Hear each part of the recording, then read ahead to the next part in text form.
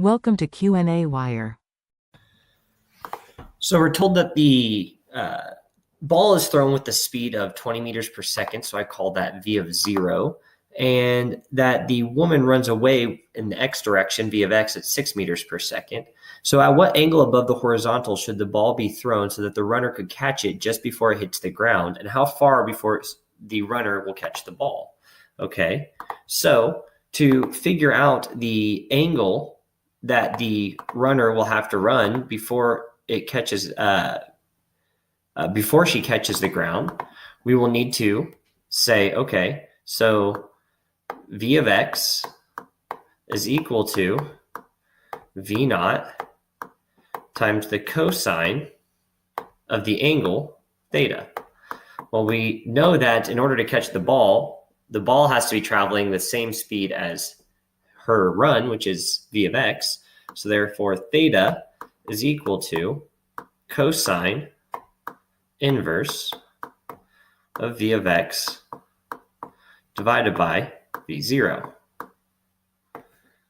Okay, so now that we know what v of x and v0 are, we can find the angle, and it turns out the angle is equal to 72.5 degrees. We can box that in as part of our solution. Okay, now it's also asked for us to find the distance that she runs. Well, in order to do that, we need to know the time. So since we know the angle, we know the initial velocity, we also know the velocity in the y direction, and y, which we're told in the question, is equal to 45 meters, has to be equal to the kinematic equation for y, which is equal to v naught times the sine of the angle theta, which we just found, minus 1/2, because it's negative gravity, minus 1/2 g times, of course, this is multiplied by time, times the time squared.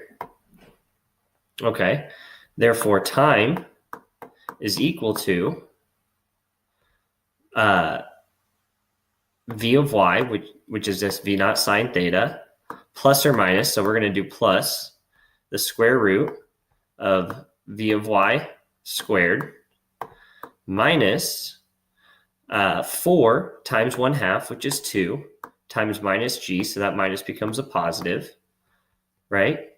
Minus, multiplied by y, all divided by gravity. So calculating this time, we find that it is equal to 25 times the sine of 72.5 plus the square root of 20 times the sine of 72.5 plus 2 times gravity, which is 9.8, times y, which again we're told is 45, all divided by gravity, which is 9.8. So the total time that the ball is in the air is equal to 5 seconds, 5.01 seconds.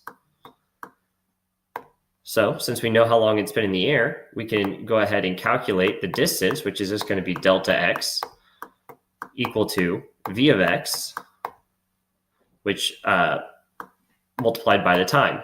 V of x here, of course, again, is just 6 meters per second.